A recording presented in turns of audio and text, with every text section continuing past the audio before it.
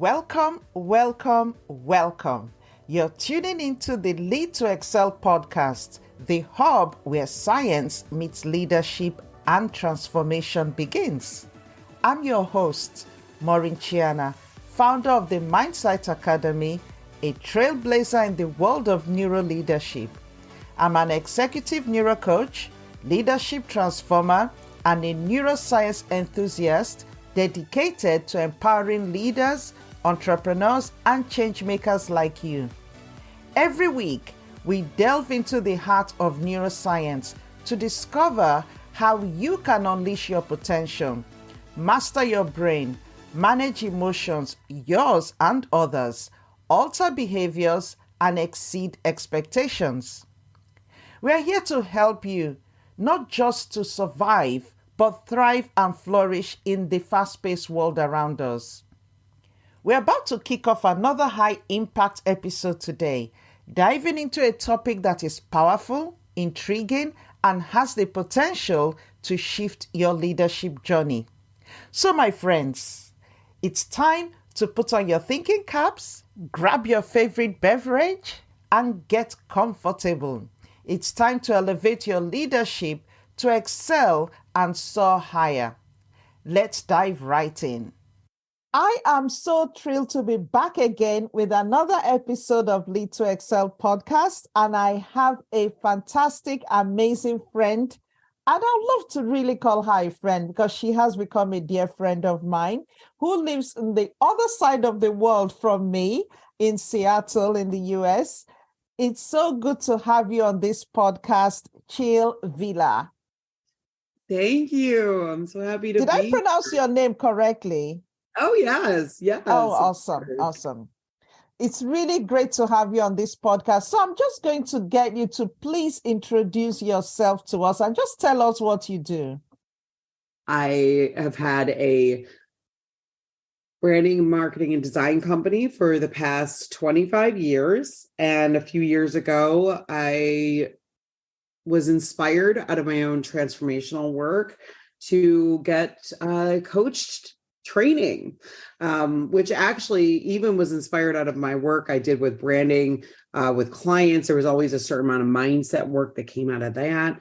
And I went through coach training with accomplishment coaching.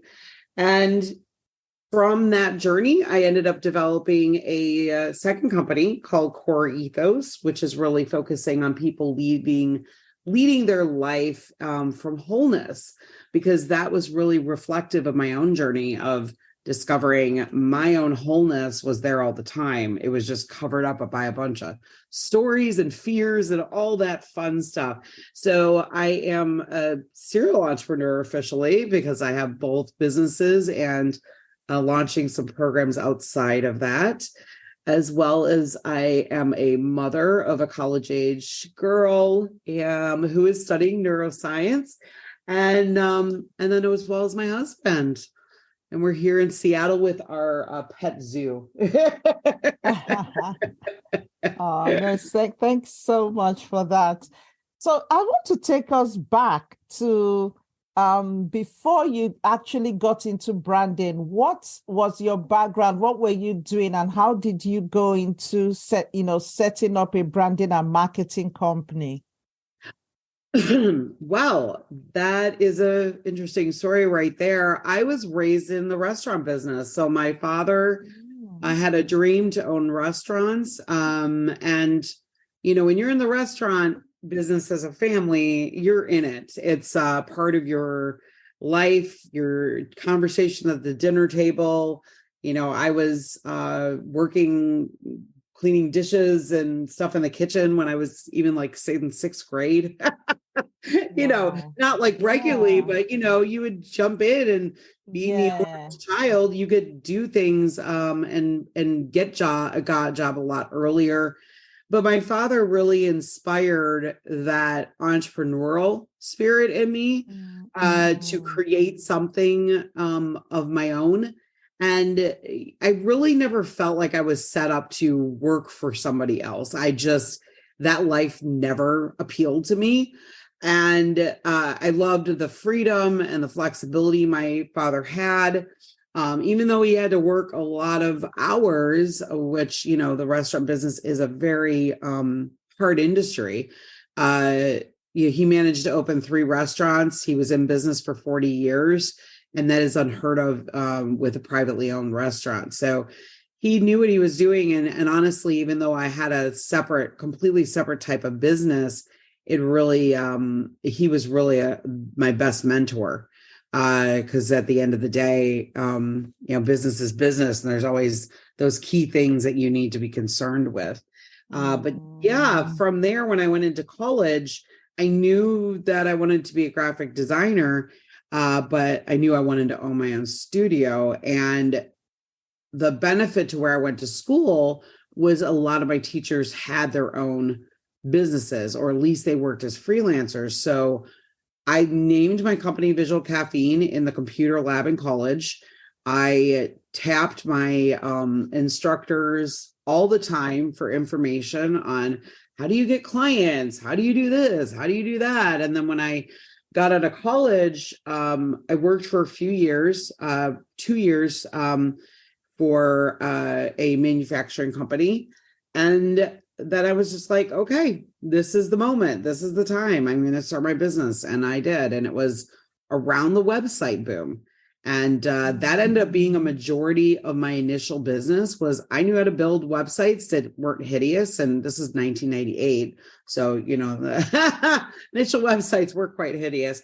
But that with was HTML.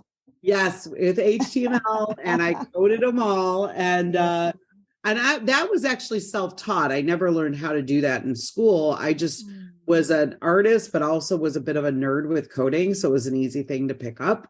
And, but I would design people's brands and design their websites. That was how my business started out. And I was able to get a lot of business due to the fact that websites were not something that was, everybody knew how to do well. So yeah, it was a good timing as well. Yeah, I think that is so much. And I think this is where, I think when we got talking, we saw a lot of parallels in our lives, because I was a web designer around that same time as well. Yes. I was using HTML, then to code and build websites. So yeah, that's you saying that brought a lot of memories back. But Cheale, I want to kind of go back. So your dad was into the restaurant business, which he did for over 40 years. Why didn't you go into the same business? Oh, well, that is something. I think before you answer, why didn't you go into the same business, and how did you actually get out of it? Because most times in businesses like that, the expectation is that you would just automatically go into it. So how did you manage that? That has to do with my father being an amazing man, and he was raised by an amazing man. My grandfather was an entrepreneur as well, and he was in the canning business. And I asked my father when I was young, like, why didn't he end up going into the same business? Why didn't he take over his, grandpa's business? And he told me, like I tell you and your sister, I want you to live your own dreams. And my father told me the same thing. So there was never an expectation.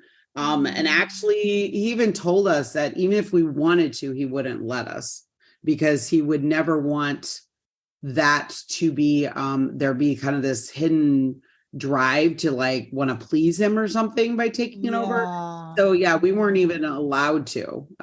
It was, you need to find your own dream, build your own dream. And yeah, that is something I'm really grateful for, because I do know that like that is the thing. People have the family business, and that's what you're kind of, I use this term loosely, but you're kind of imprisoned by. Absolutely. And yeah, that did not happen for me, nor did it happen for my father. And I'm grateful for my grandfather as well. They're all about our kids having our own dreams. And I think that we need to do that for our children. I mean, True. and True. it doesn't even have to be entrepreneurship. People do that with their children and like, oh, you got to be a lawyer like everybody else. And yeah, that kind Yes. of thing. Yes. Yeah, Yeah. it I goes. I I know that a lot, being African as well. Got to be a Absolutely. lawyer, a doctor, or an engineer. There you go. Yep. And we only need so many of those in the world. That's for sure. True. Exactly. Exactly. Wow. So you then decided to, go into branding and marketing. What would you say was, I know I'm sure there were many, but what was the main lesson you would say you learned from your dad, that you took into business when you set up your own business? What was the one key thing that you kind of always stands out for you that you really got from maybe watching your dad run his business, or what you learned from even working in the business? I learned that customers need to be taken care of. They're a priority. They're the reason you're in business, but that the element that many businesses don't take into account is that to take care of your customers, you need to take care of your staff. Oh, wow. And Yes. that is something that my father did very well. And I mean, he had events every year to celebrate them, to take care of them, to he had, systems of reward and honoring them out of years and loyalty to the company and things like that. My dad was very good at taking care of his people. He always said, by taking care of your people, you're taking care of your customers. And so those values really carry through to people, even if they're not like staff, but they're even contractors. They're people who are taking care of my customers in a way. And I don't try to haggle people or try to undercut them, or I really want them to feel valued in not just a financial way, but in an appreciation way. So gratitude is easier to do with your customers. I will give people that, and you can take a lot of frustration out on your people. But at the end of the day, you got to remember they take care of your customers, and so you really need to honor and take care of them. So that is a big leadership tip there. That is so good. Thank you Thank, for sharing that. thank So in you. terms of you running the business, your branding and marketing business, what actually was the driving force in terms of going into coaching? Why was that? In fact, even from your last answer, I can see a thread coming through. But for you, what was it that really what made you want to get into coaching?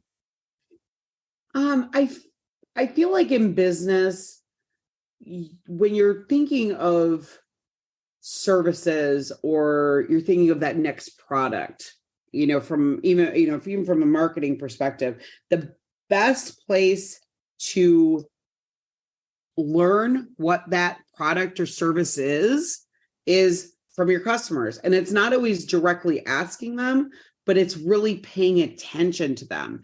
And one thing I noticed over years of working with small business people is their need for mindset shifts. They come in, they are inspired by this idea, they're passionate, but they're also bringing in all of these stories that have their whole lives that really block them from creating a business that they will be authentically creating, really making something happen that they have a vision about, but they get blocked by all these fears and such. And I even had my own experiences of that in my own business. I realized how much my fears and mindsets blocked me at times with things, and I had to work through them.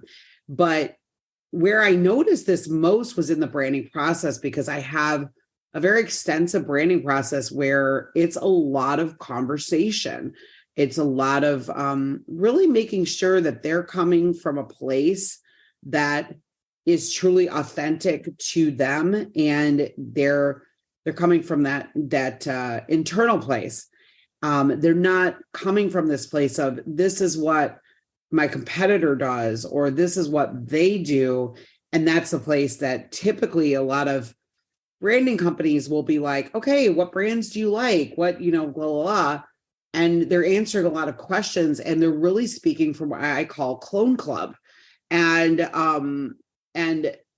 then they end up with a brand that they don't like because it doesn't align for them, because it was created out of basically them speaking from their own story of what is the external world doing versus what feels right to them and aligned for them.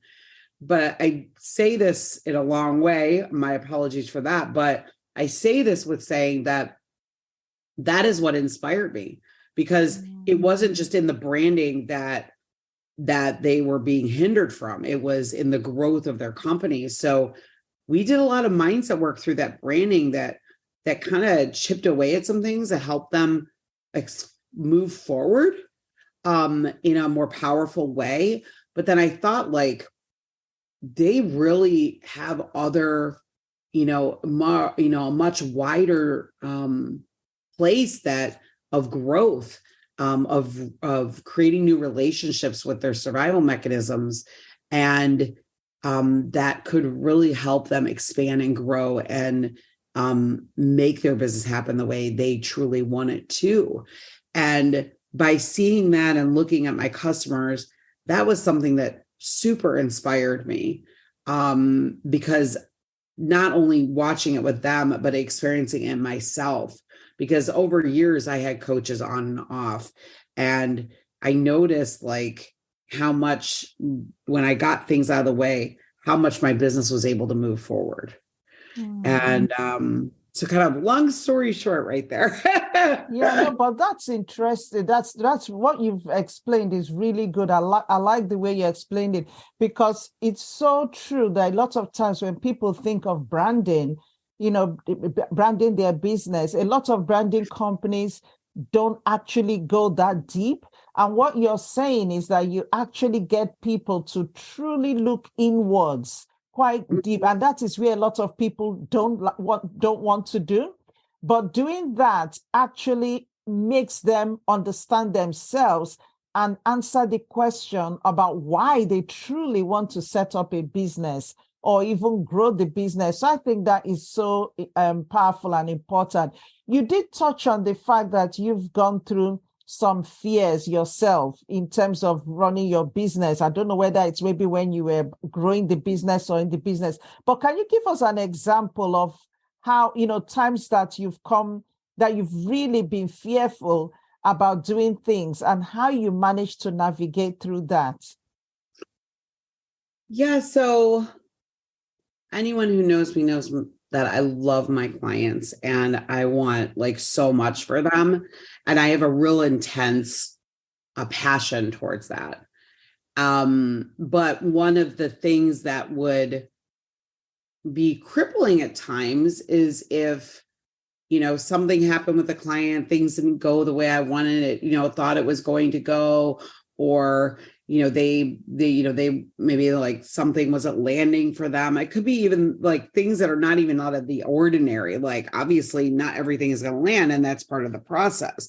But that intense need to fulfill what the client needs and what was best for them, what's aligned for them, it also had this fear of being rejected, fear of, not being successful in delivering.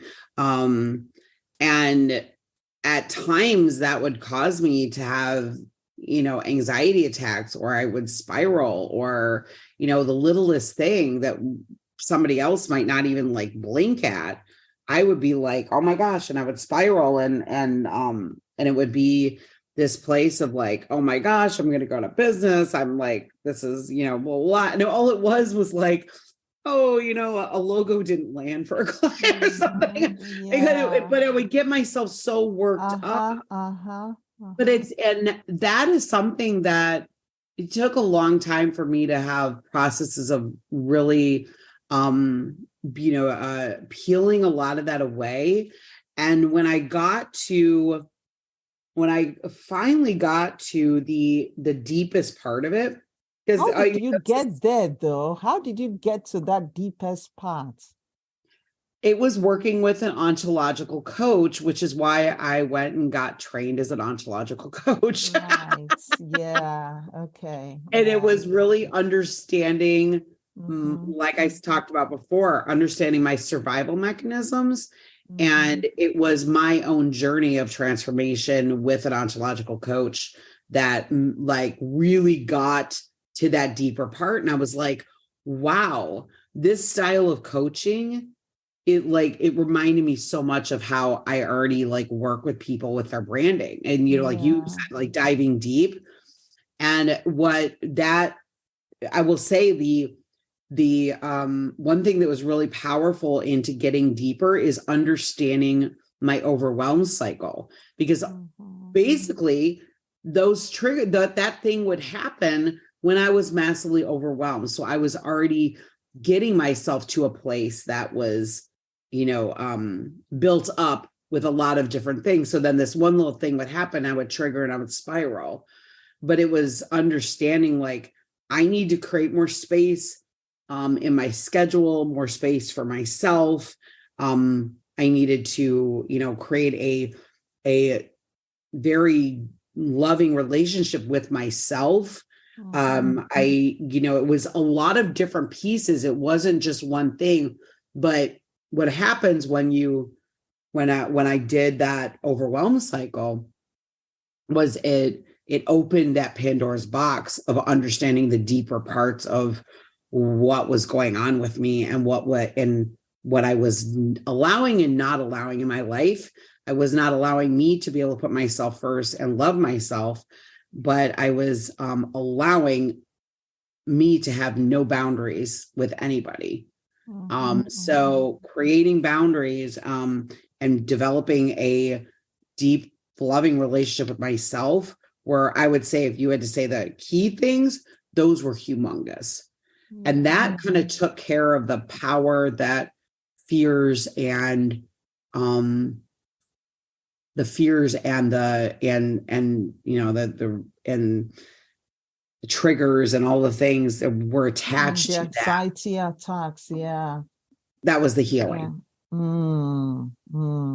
That is so powerful, because it's interesting you saying that, and I was just nodding here, because once you are able to really love yourself, once you're able to understand yourself, once you're able to understand when you're actually beginning to spiral, and you know that, okay, this thought process is actually taking me in the direction I don't want to go.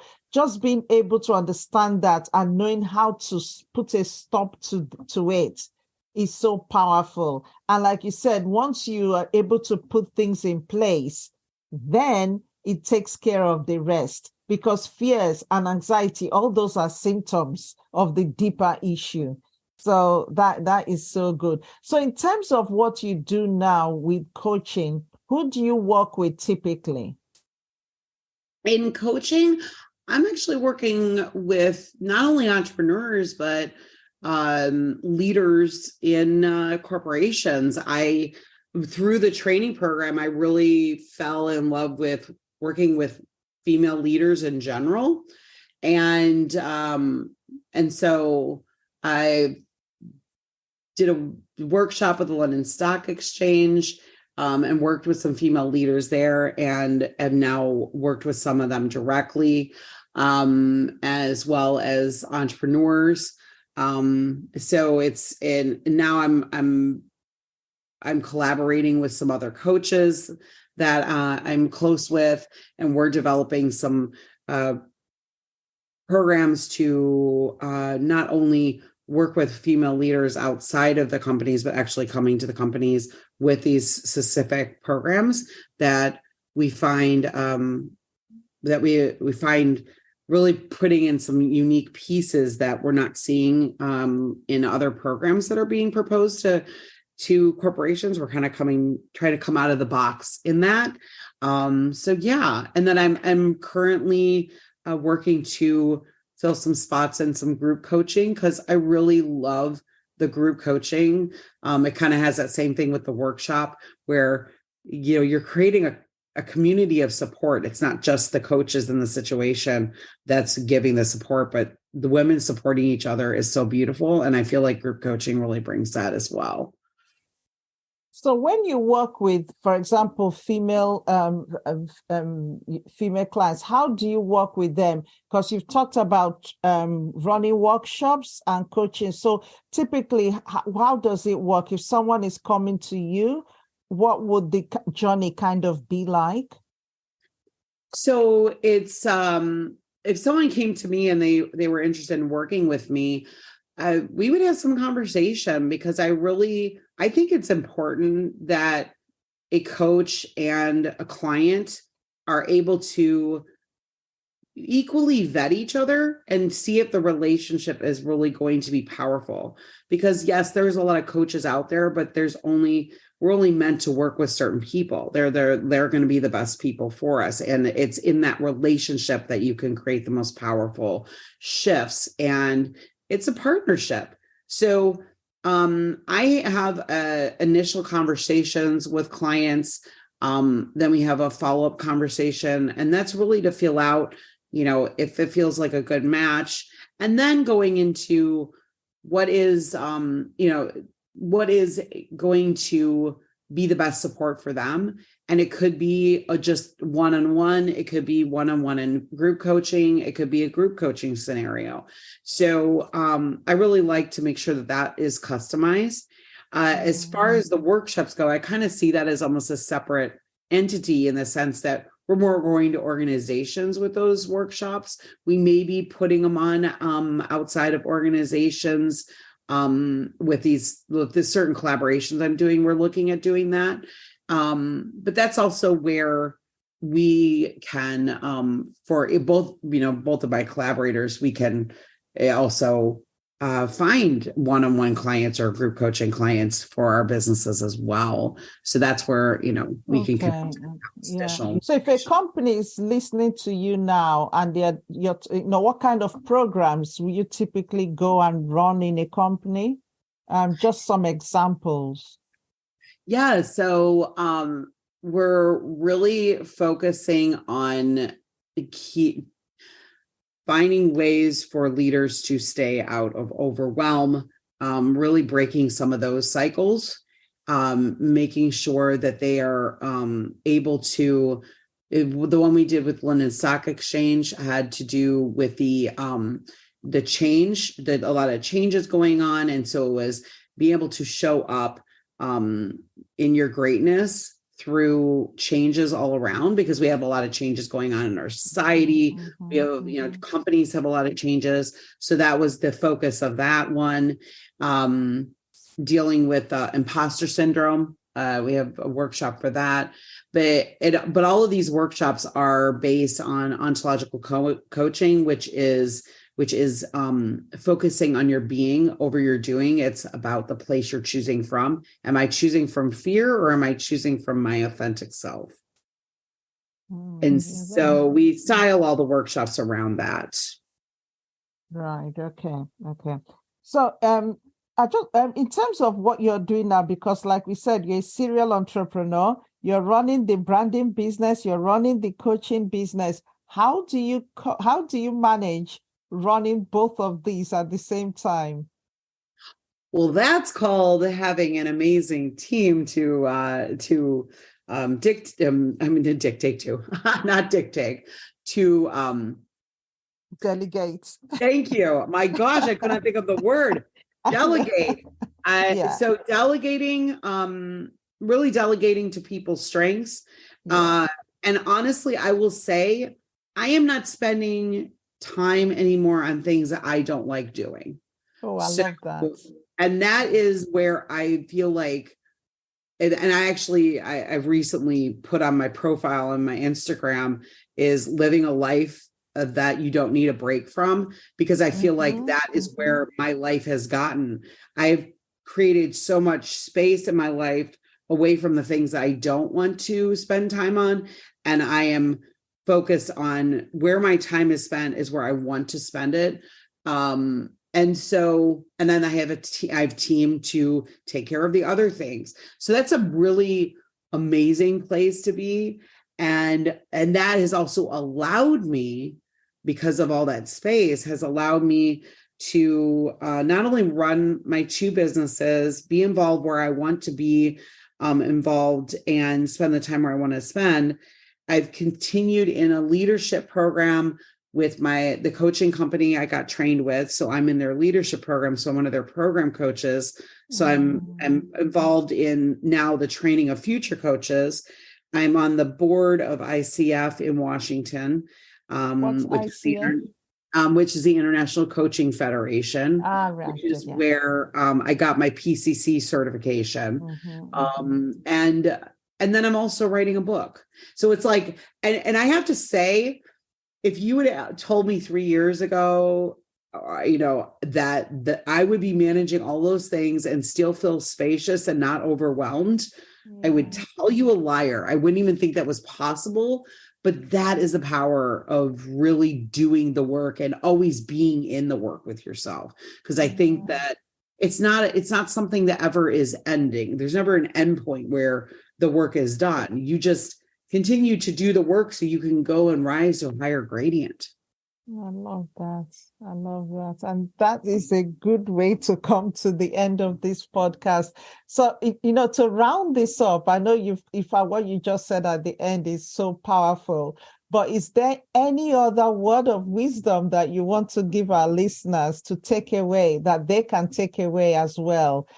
Because you've given so much, you've given so many tips, but is there anything else that you want to tell us? I would say, one of the biggest indicators, I think, and I could be wrong, is that we have stuff standing in our way, is if we are afraid to take up space in the world. That right there is an indicator that you're being held back from your greatness.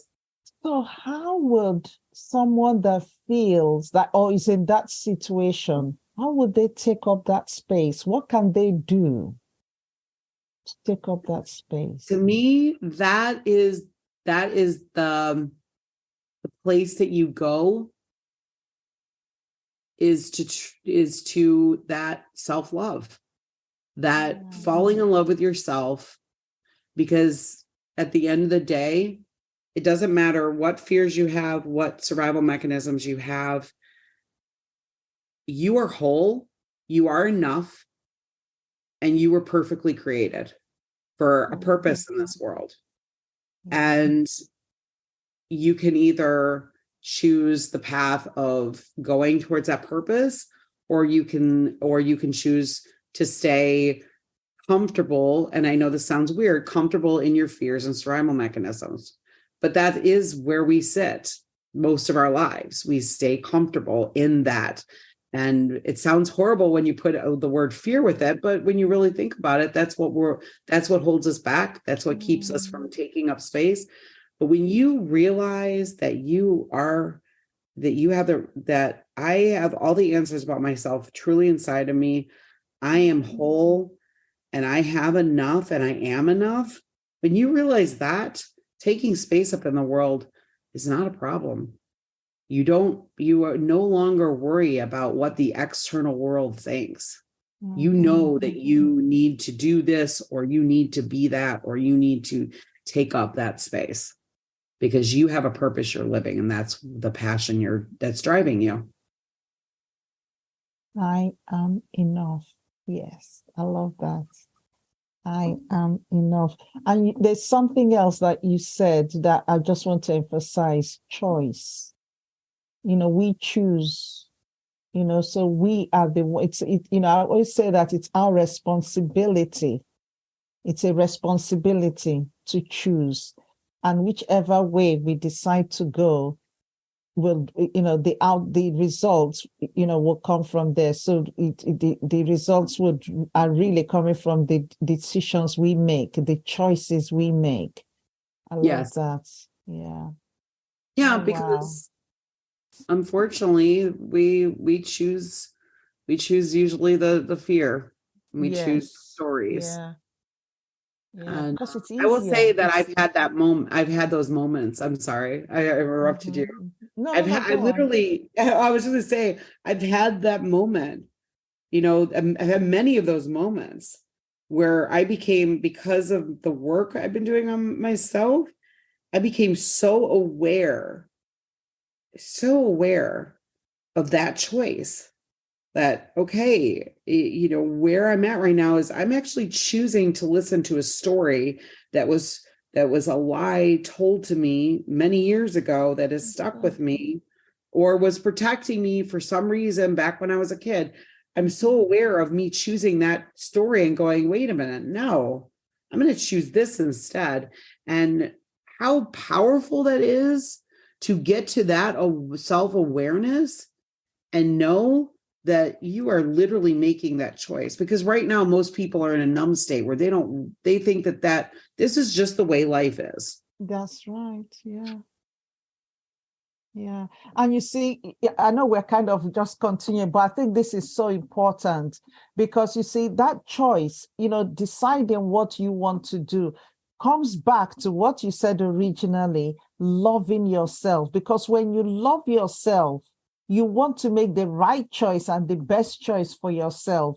And that best choice is not sitting in fear and worry and, allowing the negative untrue stories that you've been telling yourself or that you were told. They're not true. That they're not, that they're actually false, but you choose to sit in them and believe them. And I think the self-love is now making that decision that actually, no, I refuse to believe this. I choose to believe the truth.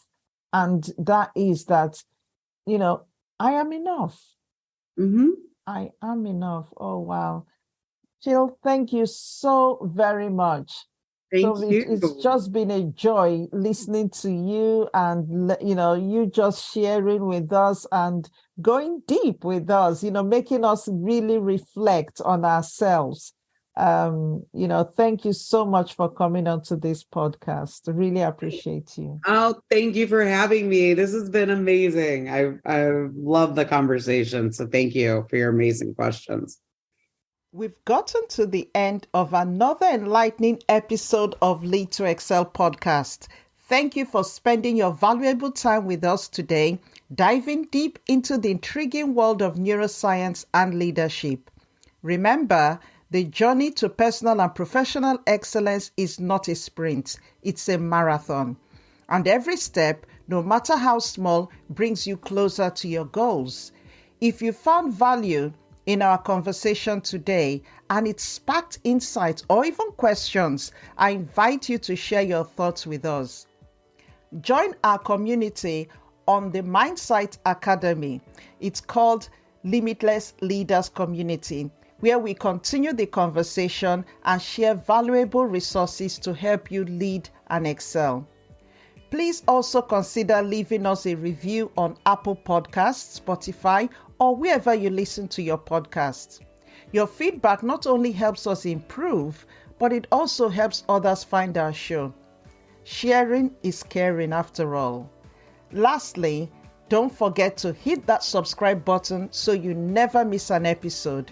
We have a treasure trove of insights, inspiration, and expert advice coming your way in every episode.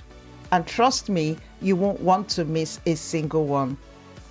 Thank you once again for tuning in.